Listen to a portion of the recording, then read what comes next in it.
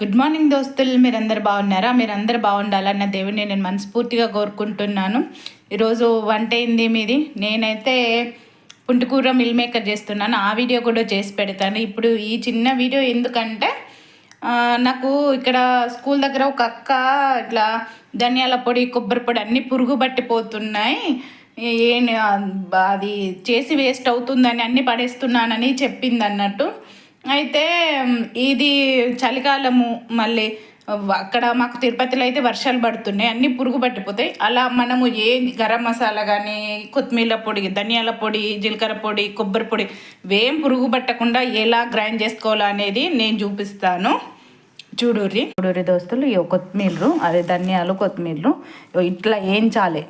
మొత్తము ఏం చూడంటే నూనె పోసారా ఇంత, ఇట్లా నూనె లేకుండా మంచిగా ఇట్లా కొద్దిగా వల్లు అయ్యేటట్టు గలగల సౌండ్ రావాలి. ఈ కొత్తిమీరలల్లా తేమ ఉంటుంది కాబట్టి ఆ తేమ అంతా పోయేటప్పుడు మనకు తెలుస్తుంది, ఆ వాసన వస్తుంది కదా.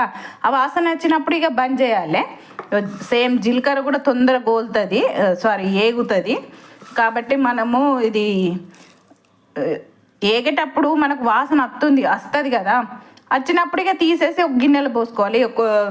ఇవి ఇక చూడురి కుడక వక్కలు, ఎండు కొబ్బరి కుడక వక్కలు ఇట్లా మనం ఇట్లా వచ్చేటట్టు ఇట్లా మంచిగా నూనె లేకుండా వేయించి అప్పుడు మనం పొడి కొట్టి ఆపేసి చల్లారినాక పొడి కొట్టి పెట్టుకుంటే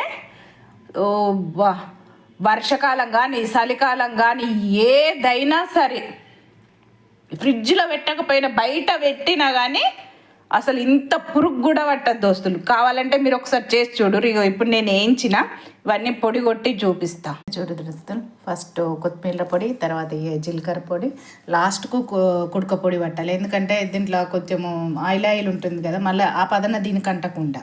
చూడు దోస్తులు, జీలకర్ర పొడి, కొత్తిమీర పొడి, అదే ధనియాల పొడి, కుడక పొడి. ఈ కలర్ వచ్చిందంటే మనం వేయించినాం కదా, ఇక ఇది కుడక పొడి తీస్తున్నప్పుడు ఎంత కమ్మటి వాసన అంటే అంత కమ్మటి వాసన వచ్చింది. అంటే కొబ్బరి ఆయిల్ ఉంటుంది కదా, సూపర్ స్మెల్ వచ్చింది. ఇక జీలకర్ర పొడి ఎంత స్మూత్గా ఇంత కమ్మటి వాసన వస్తుంది. ఇట్లా మనము వేయించి అది నూనె లేకుండా మంచిగా వేయించి పట్టుకున్నాం అనుకో, కొత్తిమీర పొడి కొంచెము రవ్వగానే వేయించాలి, కచ్చపచ్చగానే. లేదంటే మరీ ఫైన్గా పెట్టినాం అనుకో బాగుండదు, టేస్ట్ బాగుండదు. ఈ ఫ్లేవర్ మనకు కూరల్లో వేసినప్పుడు తెలియాలి. ఇట్లా మీరు పట్టి డబ్బాలలో పెట్టుకున్నారనుకోండి దోస్తులు, బయట పెట్టిన అసలు ఏం పడవదు. ఈ వీడియో కనుక మీకు నచ్చినట్టయితే లైక్ చేయండి, షేర్ చేయండి.